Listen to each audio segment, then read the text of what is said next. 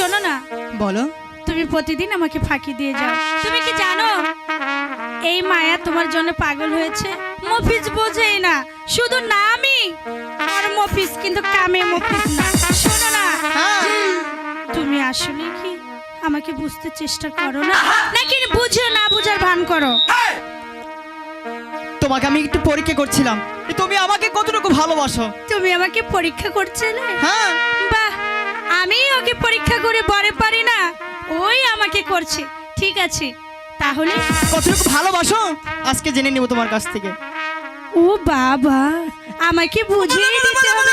ঠিক আছে, আজকালকার প্রেম মেয়েদেরকেই বলতে হয় ভালোবাসার কথা, না হলে নাকি এরা বোঝেই না। আমার তো একটু লজ্জা লাগে, বুঝতে পারো না নাকি আমি পাগল দিবানা হয়েছি।